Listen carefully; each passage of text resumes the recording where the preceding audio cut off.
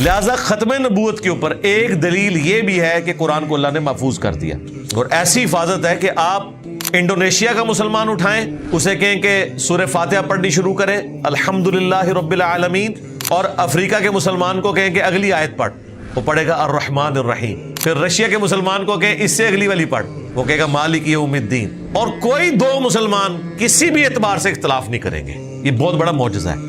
کئی non Muslims جنہوں نے قرآن پاک کا ترجمہ پڑھا ہے نا انگریزی میں، سب کا جو کامن ایکسپیرینس ہے وہ یہی ہے کہ اس کتاب کا سٹائل ہی بڑا ڈیفرنٹ ہے، اس کا بات کرنے کا کانفیڈنس ہی ڈیفرنٹ ہے، پورے وثوق کے ساتھ یہ کتاب بات کرتی ہے۔ ہمیں چاہیے، کرنا چاہیے، اس طرح نہیں ہے یہ کرو گے تو یہ ہوگا، اور اگر یہ کیا تو یہ ہو جائے گا۔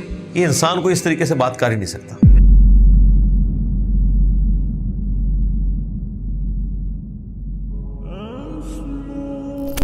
اب وہ شعراء آفاق آیت آ رہی ہے سورہ الحجر کی آیت نمبر 9۔ اِنَّا نَحْنُ نَزَّلْنَا الذِّكْرَ وَإِنَّا لَهُ لَحَافِظُونَ۔ السلام علیکم ناظرین، welcome back to my YouTube reaction channel. دوستوں امید کرتا ہوں کہ آپ سب لوگ خیریت سے ہوں گے۔ آج ہم ایک اور نئی انٹرسٹنگ ویڈیو کے ساتھ میں حاضر ہوں۔ دیکھتے ہیں پہلے ویڈیو کو اینڈ میں بعد میں بات کریں گے، ویڈیو کی جو سچویشن ہے وہ اینڈ میں ہم بات کرتے ہیں۔ تو دوستوں سٹارٹ کرتے ہیں پہلے ویڈیو کے اینڈ تک لازمی دیکھنا سٹارٹ کرتے ہیں۔ لہذا ختم نبوت کے اوپر ایک دلیل یہ بھی ہے کہ قرآن کو اللہ نے محفوظ کر دیا، اور ایسی حفاظت ہے کہ آپ انڈونیشیا کا مسلمان اٹھائیں، اسے کہیں کہ سورہ فاتحہ پڑھنی شروع کرے الحمدللہ رب العالمین، اور افریقہ کے مسلمان کو کہیں کہ اگلی آیت پڑھ، وہ پڑھے گا الرحمن الرحیم۔ پھر رشیا کے مسلمان کو کہیں اس سے اگلی والی پڑھ، وہ کہے گا مالک یوم الدین، اور کوئی دو مسلمان کسی بھی اعتبار سے اختلاف نہیں کریں گے۔ یہ بہت بڑا معجزہ ہے۔ کئی نان مسلمز جنہوں نے قرآن پاک کا ترجمہ پڑھا ہے نا انگریزی میں، سب کا جو کامن ایکسپیرینس ہے وہ یہی ہے کہ اس کتاب کا سٹائل ہی بڑا ڈیفرنٹ ہے، اس کا بات کرنے کا کانفیڈنس ہی ڈیفرنٹ ہے، پورے وثوق کے ساتھ یہ کتاب بات کرتی ہے۔ ہمیں چاہیے، کرنا چاہیے، اس طرح نہیں ہے یہ کرو گے تو یہ ہوگا، اور اگر یہ کیا تو یہ ہو جائے گا۔ یہ انسان کو اس طریقے سے بات کر ہی نہیں سکتا۔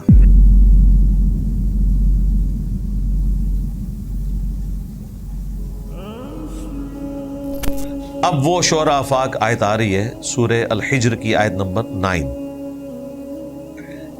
اِنَّا نَحْنُ نَزَّلْنَا الذِّكْرَ وَإِنَّا لَهُ لَحَافِظُونَ۔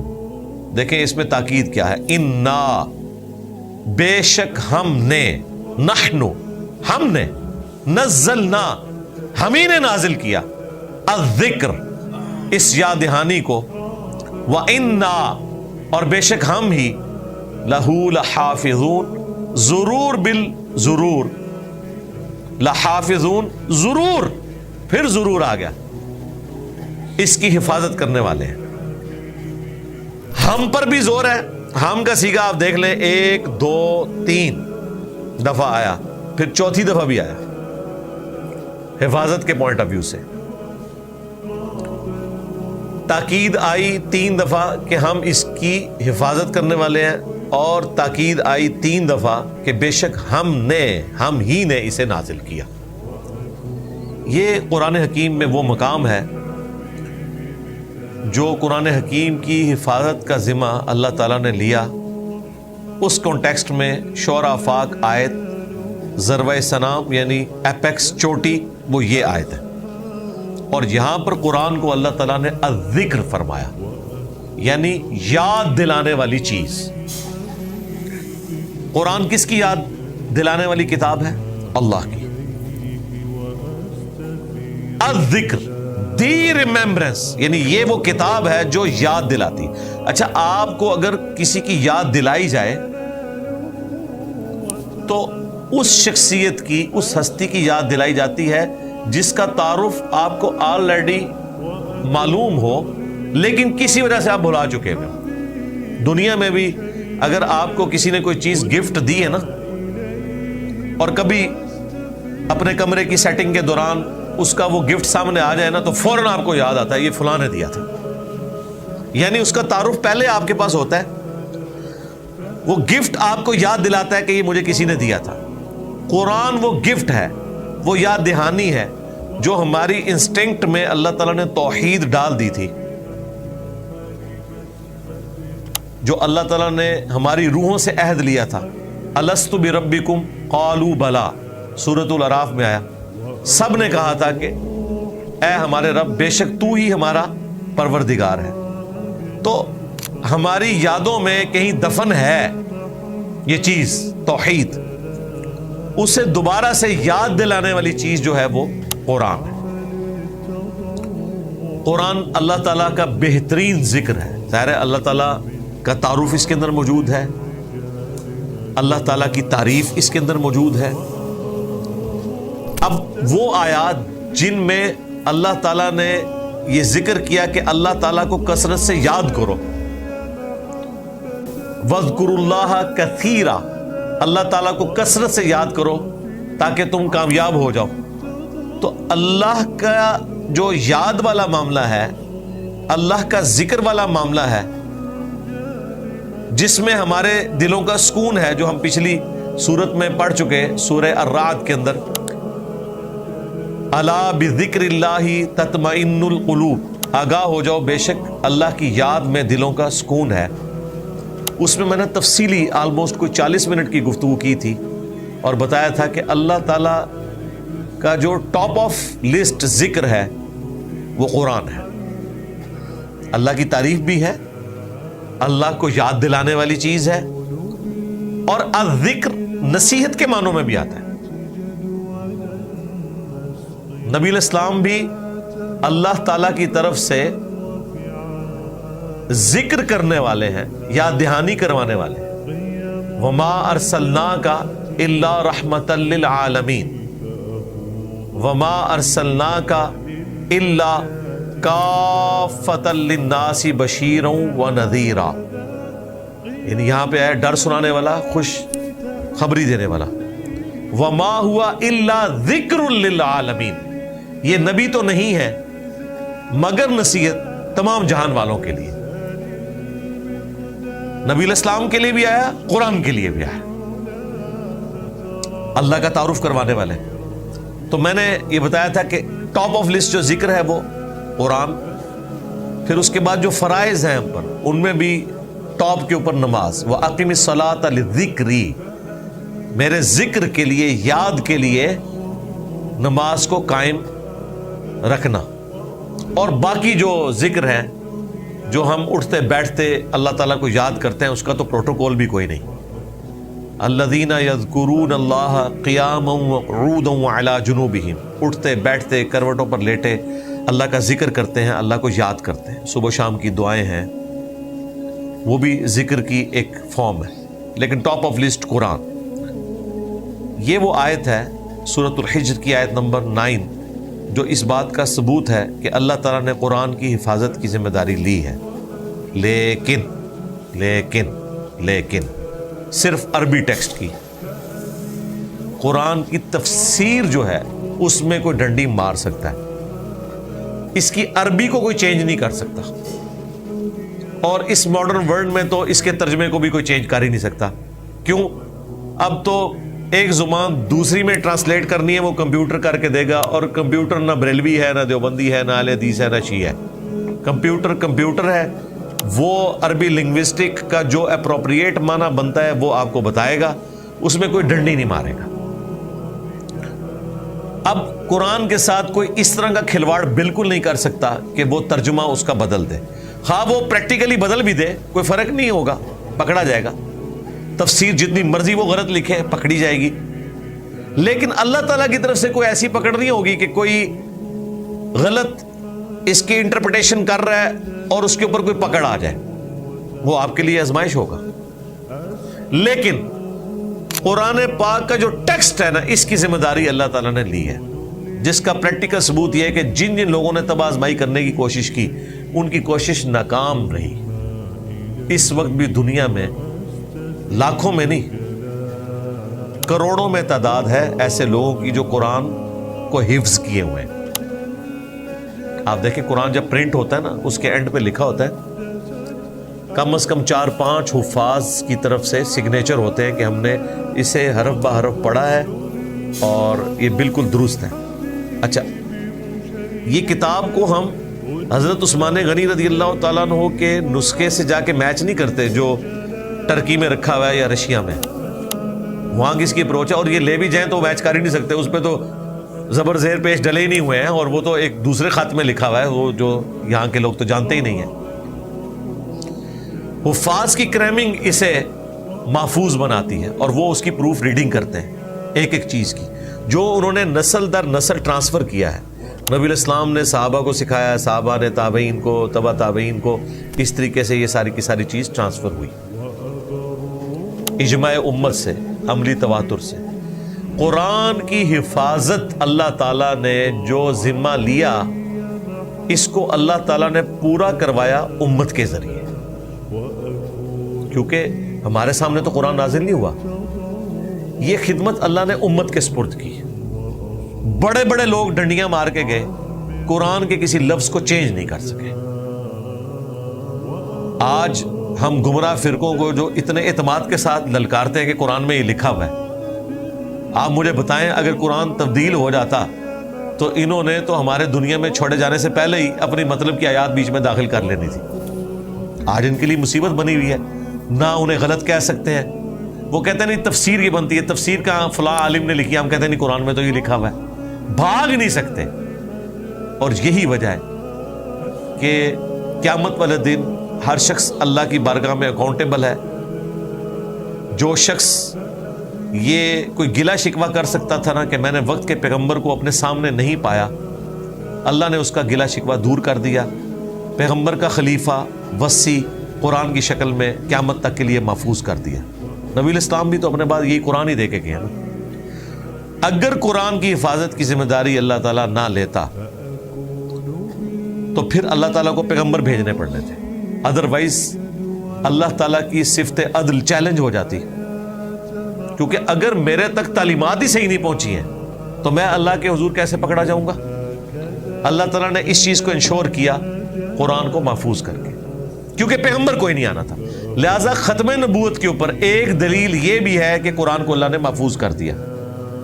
لوگ کہتے ہیں اگلی کتابیں الہامی، کیا وہ لاڈلی کتابیں نہیں تھی؟ بالکل تھی، انہیں کیوں نہیں محفوظ کیا؟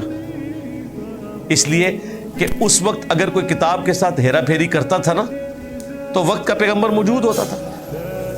بخاری مسلم میں حدیث ہے کہ بنی اسرائیل کی سیاست جو تھی نا وہ بھی انبیاء کے ہاتھ میں تھی۔ کوئی بھی نبی اس وقت تک فوت نہیں ہوتا تھا جب تک کہ وہ اپنے حکومتی معاملات کو اگلے نبی کو ٹرانسفر نہ کر دے۔ تو آپ امیجن کریں کہ ہر وقت پیغمبر موجود ہو دنیا میں، کوئی ڈنڈی مار ہی نہیں سکتا، کوئی تشریح بھی غلط کرے گا تو لوگ کہیں گے جی پیغمبر سے فیصلہ کرواتے ہیں، تو اختلاف کے چانسز ہی ختم ہیں۔ اگر اب اللہ نے یہ ڈیسیژن کیا کہ پیغمبر میں نے کوئی نہیں بھیجنا، تو اس کا منطقی نتیجہ یہ تھا کہ اب کتاب پھر محفوظ ہونی چاہیے، کیونکہ اگر اب کتاب بدل گئی تو ہدایت تو ختم ہو گئی، سارے جنتی ہو گئے، کیونکہ اللہ کے حضور آپ مقدمہ جیت جائیں گے کہ مجھے کیا پتا تھا، میں نے جس زمانے میں آنکھ کھولی اس میں تو ایاک نعبد و ایاک نستعین کے ساتھ یا علی مدد بھی لکھا ہوا تھا، یا شیخ عبد القادر جیلانی مدد بھی لکھا ہوا تھا۔ آپ کوئی کہہ سکتا ہے نہیں جناب، جو پکارتے ہیں نا انہوں نے بھی حاشیے میں لکھا ہوتا ہے، قرآن میں نہیں داخل کر سکتے۔ تو اللہ تعالیٰ نے اس کتاب کو محفوظ اس لیے کیا چونکہ پیغمبر اب کوئی نہیں آنا تھا، ادروائز کتابیں تبدیل ہو جاتی، جس طرح اگلی ہوئی تھی یہ کتاب بھی تبدیل ہو جاتی، تو پھر تو اللہ تعالیٰ کے حضور ہم کوئی نہ کوئی مقدمہ اپنا پیش کر سکتے تھے کہ یا اللہ ہم تک تو بات ہی صحیح نہیں پہنچی۔ تو اللہ تعالیٰ نے اس قرآن کو محفوظ کیا، اور یہی وجہ ہے کہ نبی علیہ السلام کا جو دعوی نبوت ہے نا، اس کے اوپر جو سب سے بڑی دلیل ہے، آپ علیہ السلام کا سب سے بڑا جو معجزہ ہے جو ہم ہر وقت دنیا کو پیش کر سکتے ہیں، وہ اللہ کی کتاب ہے۔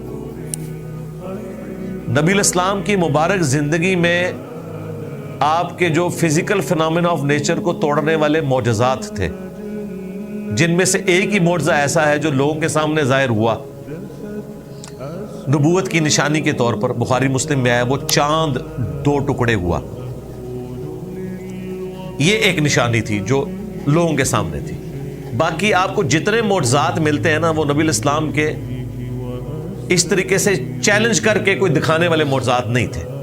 سفر میں پانی کم پڑ گیا، بخاری مسلم میں آیا، نبی علیہ السلام نے ایک پیالے میں انگلیاں رکھی اور چشمے جاری ہوئے, 1500 صحابہ نے پانی پیا بھی, جانوروں کو پلایا, سٹور بھی کر لیا.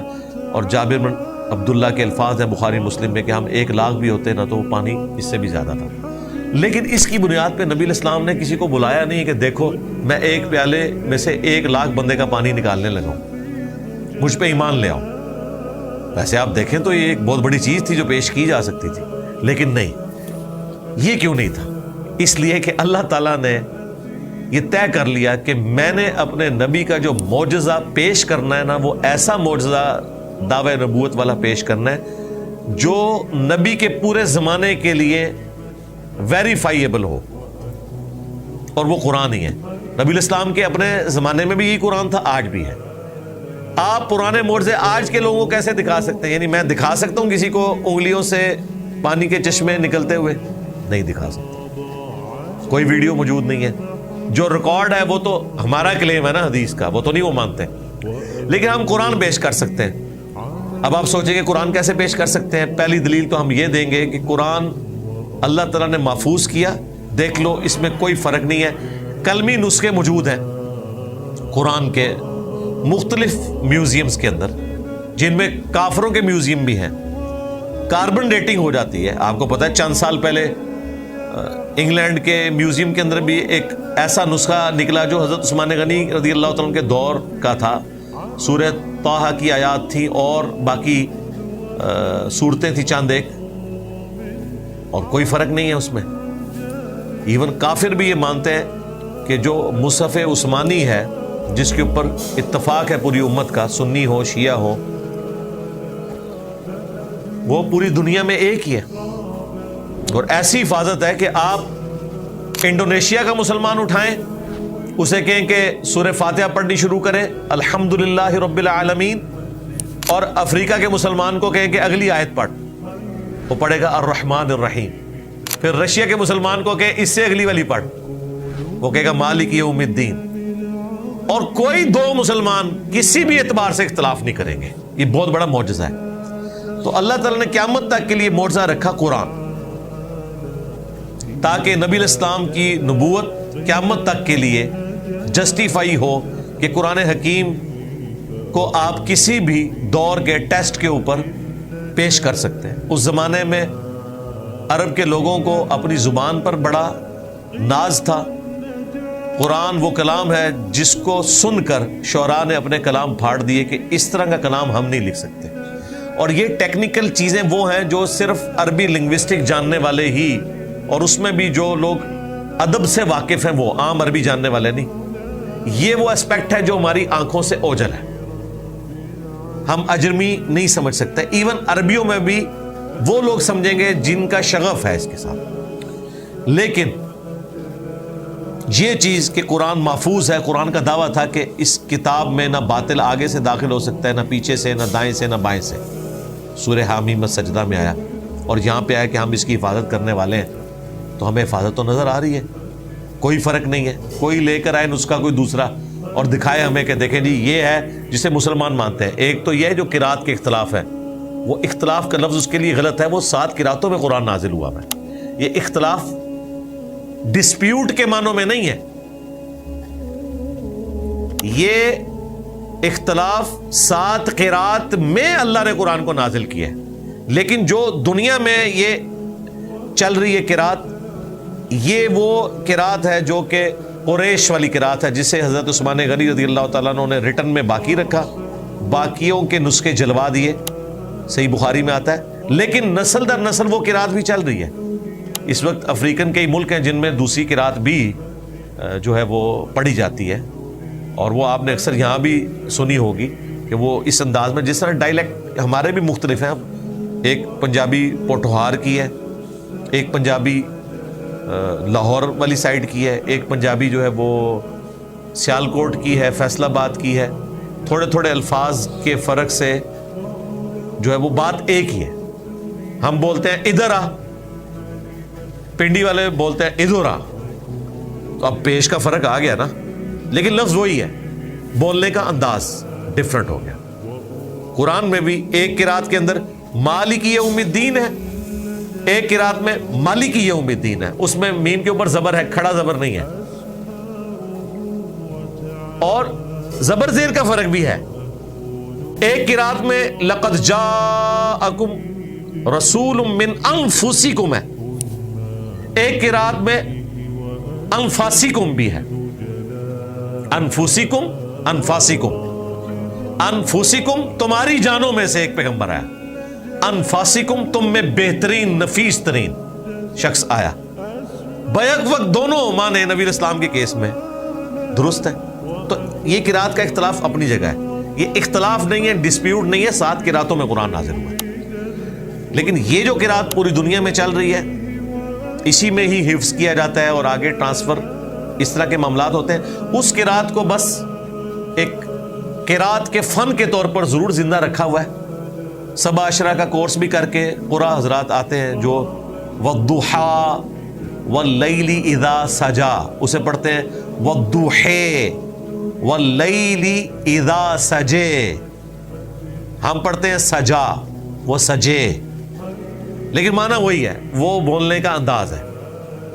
جس طرح آپ سرائکی طرز میں جو لوگ پنجابی بولتے ہیں وہ آپ کو پنجابی ذرا ڈیفرنٹ لگے گی, ہماری والی پنجابی ذرا ڈیفرنٹ لگے گی, لاہور والوں کی پنجابی بالکل ڈیفرنٹ ہے, فیصلہ آباد والوں کی آپ پنجابی دیکھیں تو بالکل ڈیفرنٹ ہے. وہ ہمیں سن کے پتہ چل جاتا ہے کس علاقے کی پنجابی ہے, لیکن ساروں کے لیے پنجابی کا لفظ بولا جاتا ہے. آج کے زمانے میں کیا ہو سکتا ہے, آج کے زمانے میں قرآن کو آپ سائنس کے ٹیسٹ سے گزاریں. سائنس وہ جو اسٹیبلش ہے, جو صرف تھیوریز ہیں کنفرم نہیں ہے ان کی میں بات نہیں کر رہا, یا ابھی ایوالو ہو رہی ہیں. تو کئی ایک ایسی چیزیں جو قرآن میں بیان ہوئی ہیں, جس طرح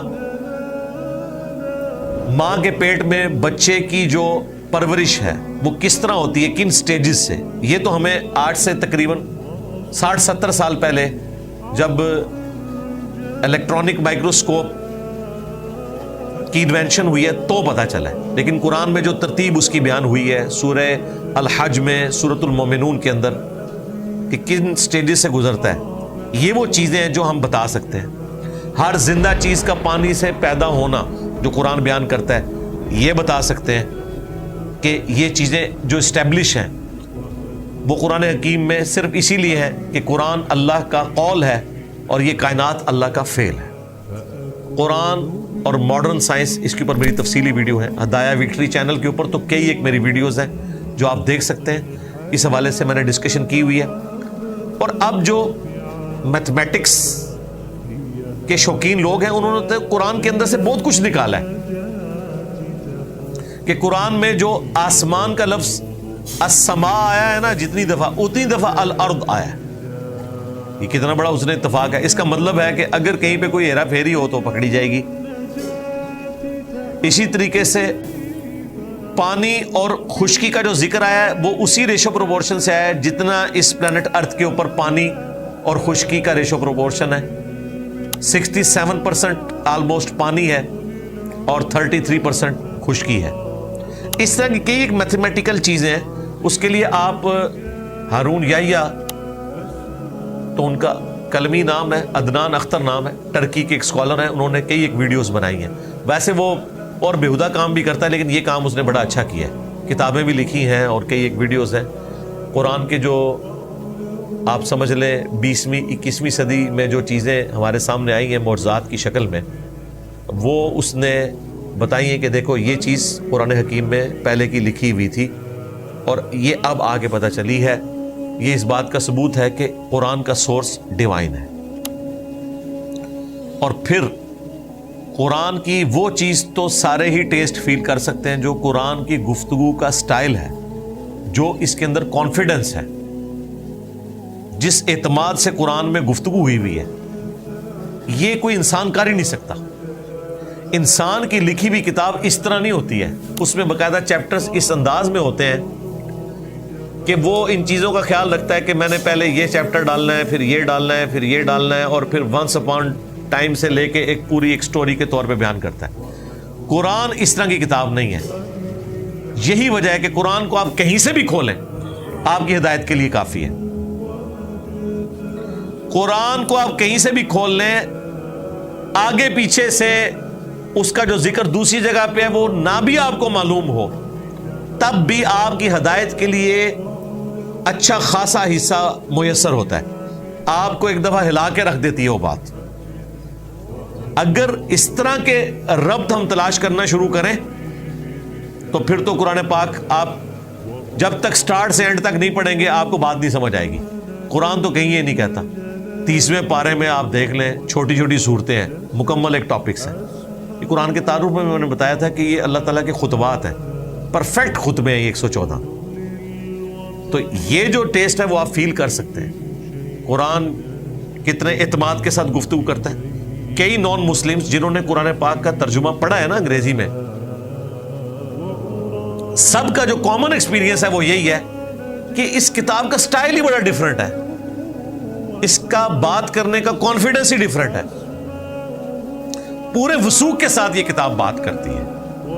ہمیں چاہیے، کرنا چاہیے، اس طرح نہیں ہے یہ کرو گے تو یہ ہوگا اور یہ کیا تو یہ ہو جائے گا۔ یہ انسان کو اس طریقے سے بات کر ہی نہیں سکتا۔ یہ وہ ٹیسٹ ہے جو ہر بندہ فیل کر سکتا ہے، بشرطے کہ قرآن کو اچھے طریقے سے ترجمہ کیا ہو، الفاظ کا چناؤ اچھا ہو۔ میرے نزدیک مولانا مودودی رحمہ اللہ نے جس طریقے سے قرآن حکیم کو اردو میں ٹرانسلیٹ کیا ہے، انہوں نے وہ عربی زبان کا سوز و گداز ٹرانسلیٹ کیا جی۔ جہاں کہیں بریکٹس ان کو لگانی پڑتی ہیں اس وجہ سے کہ عربی تو ورسٹائل زبان ہے، اردو میں ٹرانسلیٹ کرنے کے لیے بعض اوقات آپ کو بریکٹس لگانی پڑتی ہیں تاکہ وہ جملہ سیدھا ہو جائے، لیکن عربی زبان میں وہ جملہ اسی طریقے سے بولا جاتا ہے۔ اب اردو زبان میں تو بڑا ظلم ہے نا کہ آپ ترجمہ لوگوں کو یہ بتائیں کہ ہم نے آپ کو نہیں بھیجا مگر رحمت للعالمین بنا کر تمام جہانوں کے لیے یا تمام جہان والوں کے لیے۔ باللفظ تو ترجمہ یہ درست ہے، لیکن اردو میں تو ہم اس طرح نہیں بولتے۔ اردو میں ہم یوں بولیں گے کہ ہم نے آپ صلی اللہ علیہ وآلہ وسلم کو تمام جہان والوں کے لیے رحمت بنا کر بھیجا ہے، لیکن لفظی ترجمہ وہی ہوگا کہ ہم نے نہیں بھیجا مگر رحمت بنا کر تمام جہان والوں کے لیے۔ عربی میں جب اس طریقے سے گفتگو ہوتی ہے وہ گفتگو میں وزن کے لیے، اور یہ نارمل گفتگو ہے۔ عربی میں تو یہ ٹھیک ہے، لیکن اردو میں ہمیں الفاظ کا چناؤ ایسا کرنا چاہیے کہ وہ آپ اردو میں اس کا سوز و گداز فیل کر سکیں۔ اس کے لیے پھر آپ کو بریکٹس لگانی پڑتی ہیں، بعض اوقات الفاظ کو سیدھا کرنا پڑتا ہے۔ میں بھی یہاں پہ باللفظ ترجمہ نہیں کرتا ہوں، بالمفہوم کرتا ہوں، کیونکہ میں اردو میں بات کر رہا ہوں۔ لہذا یاد رکھیں کہ قرآن کا کوئی بھی ترجمہ وہ قرآن کا ترجمہ ضرور ہے، اسے آپ قرآن نہیں کہہ سکتے، یہ ذہن میں رکھیے گا، کیونکہ غلطی کے چانسز ہیں۔ اسی لیے ہمارا یہ موقف ہے اور علماء کا اس پہ اتفاق ہے کہ قرآن کا صرف ترجمہ نہیں پرنٹ کرنا چاہیے۔ جب بھی کریں عربی لکھیں اوپر، نیچے ترجمہ، یا ایک صفحہ عربی والا دوسرا اردو والا، جس طرح مولانا مودودی کا ترجمہ انہوں نے پرنٹ کیا، ایک طرف عربی ایک طرف اردو، تاکہ اگر صرف کسی نے اردو پڑھنا ہے وہ پڑھے۔ یہ نہیں کیا کہ عربی کو غائب ہی کر دیں، کیونکہ اردو ترجمہ بہرحال ایک انسان کی کوشش ہے۔ بعض اوقات الفاظ کا چناؤ ایسا ہوگا کہ آپ کو عربی کی طرف جانا پڑے گا کہ بھئی یہ لفظ لکھا بھی ہوا تھا، مثلاً ماں کے پیٹ میں کیا ہے یہ لوگوں نے بریکٹ میں خود ہی ڈال دیا، نارا یا مادہ، وہ مصیبت بن گیا ہے ہمارے لیے۔ قرآن میں تو نہیں لکھا ہوا تھا، قرآن میں تو اللہ تعالیٰ نے بدبخت یا خوش بخت ہونے کی بات کی ہے۔ هو الذی خلقکم فمنکم کافر ومنکم مؤمن، وہی ہے جس نے تمہیں پیدا کیا، پیدا کرنے والا ایک ہے، لیکن کوئی تم میں سے کافر ہو جاتا ہے، کوئی مومن ہوتا ہے۔ یہ اب اللہ کو پتا ہے کہ یہ بچہ جو پیدا ہوگا یہ کافر ہو کر مرے گا یا مؤمن ہو کر مرے گا۔ پیدا تو وہ فطرت پہ ہوگا، لیکن بعد میں کہاں پہ جائے گا وہ۔ لہذا قرآن کے بھی صرف عربی ٹیکسٹ کی گارنٹی ہے، اس میں کوئی رد و بدل نہیں ہوگا۔ ترجمے میں تفسیر میں لوگ ڈنڈی مار سکتے ہیں، کئی لوگوں نے ماری ہیں، ہم نے پکڑی ہیں۔ ایک جگہ انہوں نے حاضر و ناظر ترجمہ کر دیا، دوسری جگہ انہوں نے اس کا ترجمہ گواہ کر دیا، پکڑے گئے۔ یہ تو ایک ایسا ٹاپک ہے، اس پہ 1 گھنٹہ اور بولا جا سکتا ہے۔ یہ قرآن حکیم کس طریقے سے اللہ تعالیٰ نے اسے محفوظ کیا ہے۔ اگر کوئی شخص نیک نیتی کے ساتھ اپنے آپ کو قرآن کے سامنے پیش کرتے، خواہ وہ کسی گمراہ فرقے کا بھی ترجمہ پڑھے، وہ حق تک پہنچ جائے گا۔ پچھلے دنوں جو سویڈن میں قرآن کی گستاخی ہوئی، تو اس کانٹیکسٹ میں میں نے تفصیلی ویڈیو بھی ریکارڈ کروائی تھی. جسے اور مواد چاہیے ہو تو وہ اس حوالے سے دیکھ لے. باقی یہ آیت اس چیز کی متقاضی تھی کہ ہم اس کے اوپر تفصیلی گفتگو کرتے، اس لیے میں نے اسے تفصیل کے ساتھ بیان کیا. کوئی تشنگی اس حوالے سے باقی نہ رہ جائے. اللہ تعالیٰ سے دعا ہے جو حق بات میں نے کہی ہمارے دلوں میں راسخ فرمائے. اگر جذبات میں میرے منہ سے کوئی غلط بات نکل گئی تو ہمارے دلوں سے اسے دھو ڈالے، ہمیں معاف بھی کر دے. ہمیں کتاب و سنت کی تعلیمات پر عمل کر کے دوسرے بھائیوں تک پہنچانے کی توفیق عطا فرمائے. سبحانک اللہم و بحمدک اشہد ان لا الہ الا انت استغفرک و اتوب الیک وما علینا الا البلاغ المبین. تو ناظرین یہ تھی آج کی ہماری ویڈیو، جس میں آپ نے دیکھا بہت سے اچھی انفارمیشن آپ کو ملی. اور ہمارا جو مقصد ہے وہ آپ کے لیے ایک نئی جو ویڈیوز ہیں اس کا لے کر آنا آپ کے لیے، تاکہ آپ کو انفارمیشن ملتی رہے اور نئی لیٹسٹ جو ویڈیوز ہوتی ہیں آپ کو مہیا کرتے رہیں، تاکہ آپ کا اور ہمارا جو تعلق ہے وہ برقرار رہے. تو آج جو ہم نے ویڈیو دیکھی بہت زبردست ویڈیو تھی اور اچھا میسیج ملا ہمیں. تو آج جو ہے اس طرح کی ویڈیوز اور مزید لے کر آتے رہیں گے. آپ نے کمنٹ سیکشن میں لازمی بتانا ہے آپ کو ہماری ویڈیو کیسی لگتی ہیں. دوستوں اپنا اور اپنے پیروں کا خاص خیال رکھا کیجیے. اگر آپ ہمارے چینل پر نئے ہیں تو ہمارے چینل کو سبسکرائب کر لیں، اور ہمارے چینل کے جو ویڈیوز ہوتی ہیں اگر آپ کو اچھی لگیں تو آپ لائک لازمی کر دیا کیجیے. آپ کا ایک لائک سے ہماری جو چینل کی بہت موٹیویشن ملتی ہے ہمیں. تو یہ تھی آج کی ہماری ویڈیو. نیکسٹ ویڈیو تک دیجیے ہمیں اجازت. اللہ حافظ.